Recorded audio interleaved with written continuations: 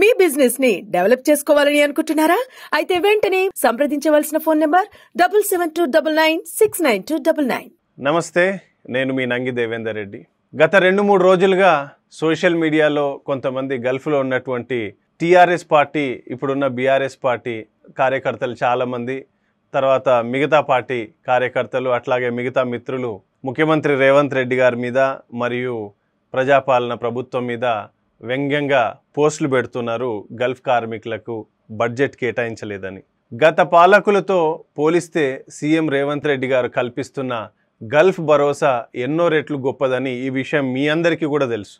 ఏదో పోస్టులు పెట్టాలని, ప్రభుత్వాన్ని విమర్శించాలని, ముఖ్యమంత్రి రేవంత్ రెడ్డి గారి మీద కామెంట్ చేయాలని ఒక దురాలోచనలతో మీరు ఏదో సోషల్ మీడియాలో యాక్టివ్గా ఉన్నట్టు యాక్ట్ చేస్తున్నారు. కానీ గతంలో ఏ ఒక్క రోజు కూడా కనీసం గల్ఫ్లో పనిచేస్తున్న కుటుంబాలను, లేకపోతే చనిపోయినటువంటి ఆ మృతుల కుటుంబాలకు ఏ ఒక్క రూపాయి కూడా బడ్జెట్లో కేటాయించకపోగా, ఒక్క రూపాయి నిధి కూడా, ఒక్క రూపాయి ఎక్స్గ్రేషియా కూడా ఆ కుటుంబాలకు చెల్లించలేదు గత 10 సంవత్సరాలు పాలించిన టీఆర్ఎస్ మరియు బీఆర్ఎస్ పార్టీ. ఇవాళ మానవతావాదిగా రేవంత్ రెడ్డి గారు మేనిఫెస్టోలో పెట్టి ఒక మంచి మనసుంటే నిధుల్ని ఎలా ఇవ్వచ్చో బడ్జెట్లో పెట్టకుండానే మొన్న 5 కోట్ల రూపాయల పైచిలుకు మృతధన సహాయం కింద ఒక్కో కుటుంబానికి 5 లక్షల రూపాయలు ఇచ్చినటువంటి విషయం మీ అందరికీ తెలుసు. మీరందరూ కూడా అభినందించారు కొంతమంది. సో ఇప్పుడు ఆ బడ్జెట్లో పెట్టలేదని చెప్పి ఇప్పుడు రకరకాల కామెంట్లు చేస్తూ ఉన్నారు. కొంత సంయమనం పాటించమని చెప్పి మీ అందరికీ నేను ఒక రిక్వెస్ట్ చేస్తూ ఉన్నా. ఈ బడ్జెట్లో గల్ఫ్కు నిధులు కేటాయించలేదని విమర్శలు చేసేవారు ఒక్కసారి ఆలోచించాలి. మార్చి 1వ తారీఖున 4,70,00,000 రూపాయలు. గతంలో ఒకసారి ఎమ్మెల్యే ఆది శ్రీనివాస్ గారు వేములవాడలో ఇద్దరు సౌదీలో చనిపోతే వాళ్ళ కుటుంబాలకు ఇమ్మీడియట్గా 5 లక్షల రూపాయల ఎక్స్గ్రేషన్ని ఇప్పించుకున్నారు. అట్లాగే ఇంకొకసారి సీఎం గారి సభ ఉన్నప్పుడు 8 మందికి అక్కడ 5 లక్షల రూపాయల చొప్పున ఎక్స్గ్రేషియా కుటుంబాలకు ఇప్పించారు.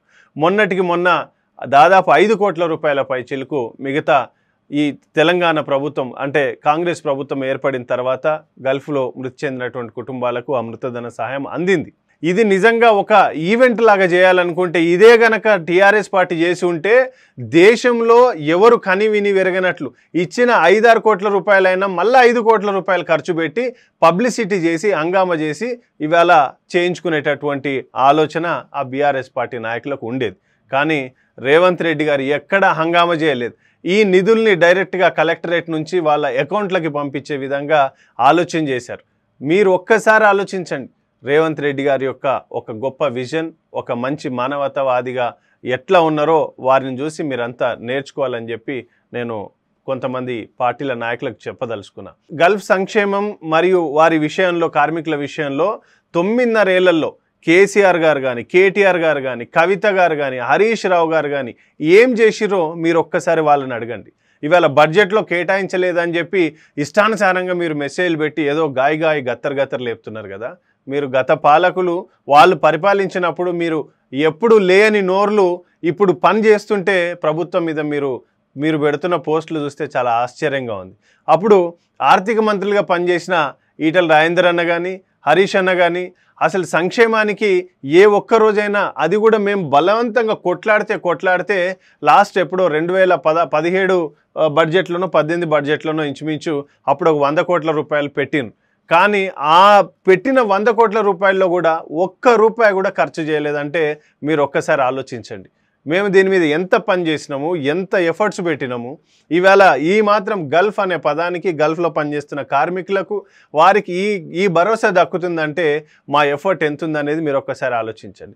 నాకున్న సమాచారం ప్రకారం గల్ఫ్ వెల్ఫేర్ బోర్డు ఏర్పాటు చేసిన తర్వాత ప్రభుత్వం తగినన్ని నిధులు విడుదల చేయాలన్న ఆలోచనలో ఉన్నట్టుగా మనకు ఒక సమాచారం ఉంది. ఆ ప్రయత్నంలో కూడా మేము కూడా రోజువారీగా ఎవరితో చెబితే ఈ పని అవుతుందో వాళ్ళతో మేము ఈ పని చెప్పి చేయించే ప్రయత్నంలో ఉన్నాం. మీరు ఎవ్వరూ టెన్షన్ పడొద్దు. డెఫినెట్గా గల్ఫ్ వెల్ఫేర్ బోర్డు ఏర్పడుతుంది. కంపల్సరీ గల్ఫ్లో పనిచేస్తున్నటువంటి కార్మికులకు, తిరిగి వచ్చినటువంటి వాళ్ళకు ఒక భరోసాగా ఉండేలాగా దీన్ని ఒక మంచి డిజైన్డ్ సిస్టమ్ని మనం క్రియేట్ చేయబోతున్నాం. 2027 అసెంబ్లీ ఎన్నికల సందర్భంగా కాంగ్రెస్ పార్టీ అభయస్థం ఎలక్షన్ మేనిఫెస్టోలో పేజ్ నెంబర్ 35 మరియు 36లలో 28వ అంశంగా మీరు చూడొచ్చు. ఆ రోజు గల్ఫ్ కార్మికులు ఎన్ఆర్ఐల సంక్షేమం పేరుతో 4 హామీలు ఆ రోజు అమర్చడం జరిగింది. అప్పుడు శ్రీధరబాబు గారు మేనిఫెస్టో కమిటీ చైర్మన్గా ఉన్నారు. ఎన్ఆర్ఐల పాయింట్స్ ఏంటనేది కూడా నేను మీకు ఒకసారి చెప్పే ప్రయత్నం చేస్తా. ప్రథమంగా ఎన్ఆర్ఐలకు సంక్షేమ బోర్డు ఏర్పాటు చేస్తామని మేనిఫెస్టోలో పెట్టడం జరిగింది. రెండో పాయింట్గా గల్ఫ్ కార్మికులు ఎదుర్కొంటున్న సమస్యల పరిష్కారం కోసం గల్ఫ్ సంక్షేమ బోర్డు ఏర్పాటు చేస్తామని చెప్పి ఆ రోజు రెండో అంశంగా మేనిఫెస్టోలో పెట్టడం జరిగింది. మూడో అంశంగా మరణించిన గల్ఫ్ కార్మిక కుటుంబానికి 5 లక్షల రూపాయల ఎక్స్గ్రేషియా, అది కూడా అన్కండిషనల్ డెత్, ఏదో యాక్సిడెంట్ అయితేనో లేకపోతే ఇంకో రకం అయితేనో లేకపోతే ఇదని అది కార్డియాక్ అరెస్ట్ ఉండని, యాక్సిడెంట్ ఉండని, లేకపోతే వర్క్ సైట్లో చనిపోయి ఉండని, ఏదైనా కూడా 5 లక్షల రూపాయల ఆ డిసీజ్డ్ ఫ్యామిలీకి ఆ కుటుంబ మృతధన సాయం కింద ఇస్తామని చెప్పి ఆ మూడో పాయింట్. నాలుగో పాయింట్ కింద విదేశాల్లో ఉన్న వలస కార్మికుల సమస్యలు తెలుసుకునేందుకు ఒక టోల్ ఫ్రీ నంబర్ ఏర్పాటు చేసి దానికి తగే విధంగా ఒక కమిటీని కూడా ఏర్పాటు చేసే విధంగా ఆ రోజు ఒక ఆలోచన చేయడం జరిగింది. అయితే మీరు ఇక్కడ ఒకటి గమనించాల్సింది ఏంటంటే గల్ఫ్ కార్మికుల సంక్షేమానికి ఎన్ని నిధులు కేటాయిస్తారో కాంగ్రెస్ ఎలక్షన్ మేనిఫెస్టోలో పేర్కొనలేదు. ఇది చాలామంది మిత్రులు పెడుతున్నారు. 500 కోట్ల రూపాయల బడ్జెట్ పెడతామన్నారు, అసలు ఈ బడ్జెటే పెట్టలేదు అంటున్నారు. అది ఎక్కడ కూడా మేనిఫెస్టోలో పెట్టలేదు.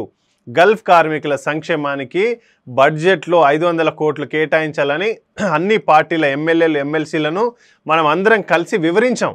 ప్రభుత్వంపై ఒత్తిడి చేయాల్సిన అవసరం ఉన్నది. అప్పుడు ఒత్తిడి కూడా తీసుకొచ్చినాం. నేను మీ కార్మిక డిమాండ్కు మనం కట్టుబడి ఉన్నాం, ఈ పని తప్పకుండా మనం కంపల్సరీ చేస్తాం. అయితే దీంట్లో భాగంగా ప్రధానమంత్రి జీవన్ జ్యోతి బీమా యోజన PMJJBY అని చెప్పి మీరు వినుంటారు. కేంద్ర ప్రభుత్వం ఒక పథకం ఉంది. దాని ద్వారా గల్ఫ్ వలస కార్మికులకు 2 లక్షల రూపాయల జీవిత బీమా కల్పిస్తామని బీజేపీ నాడు మేనిఫెస్టోలో హామీ ఇచ్చింది. దాన్ని గుర్తు చేస్తున్నాను. సో ఇట్లా మనము పార్టీ పరంగా ఏం చేయాలో ఇప్పుడు కాదు, దాదాపు 10 సంవత్సరాల నుంచి ప్రభుత్వాల మీద ఒత్తిడి తీసుకొచ్చి ఏజెంట్ల చేతుల్లో మోసపోతుంటే 2015లో మనం టామ్కామ్ పెట్టించాం, Telangana overseas manpower company అని. నాడు కేటీఆర్తో మనము చర్చలు జరిపించి పెట్టించాం. ఇట్లా ఒక అంశం కాదు, గల్ఫ్లో ఇవాళ ఏజెంట్ల చేతిలో మోసపోవడం ఆగిపోయింది. తర్వాత లేబర్గా గతంలో కనీసం ఒక 1000 మంది వెళ్తుంటే అది ఇవాళ 200 మందికి తగ్గింది.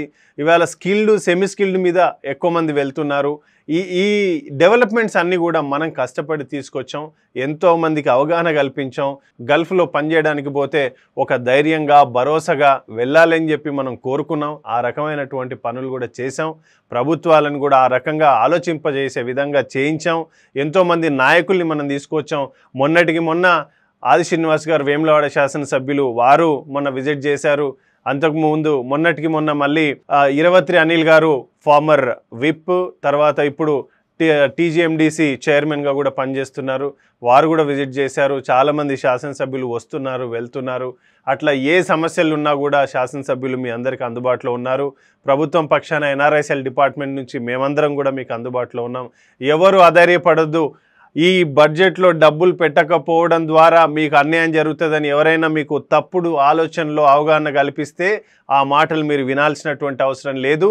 ఈరోజు మొన్న ఇచ్చిన 5 కోట్ల పైచీలకు ఏ బడ్జెట్లో కేటాయించకుండానే 5 కోట్ల రూపాయలు ఇచ్చి సీఎం రేవంత్ రెడ్డి గారి మనస్సు ఎలాంటిదో మీ అందరికీ చెప్పకనే చెప్పారు కనుక ఈ 500 కోట్ల రూపాయలు మీరు పెట్టలేదని ఎవరైనా చెబితే మీరు అది నమ్మొద్దు. అంతకంటే ఎక్కువే మనం ఇవాళ ఆ ఫండ్ని మనం తెప్పించుకుంటాం. మనము ఎంత డబ్బు కావాలో ఆ డబ్బుని ప్రభుత్వం ద్వారా ఆ నిధులు వెచ్చింపి చేసి మనకు ఏ చిన్న అన్యాయం జరగకుండా మీ అందరికీ మేమందరం ఉన్నాము. మేము మందా భీమరెడ్డి గారు, డాక్టర్ బిఎం వినోద్ కుమార్ గారు, NRICL కన్వీనర్ సింగిరెడ్డి నరేష్ రెడ్డి గారు, అట్లాగే మన గల్ఫ్ జేఏసీ మిత్రులందరూ కూడా ఉన్నారు.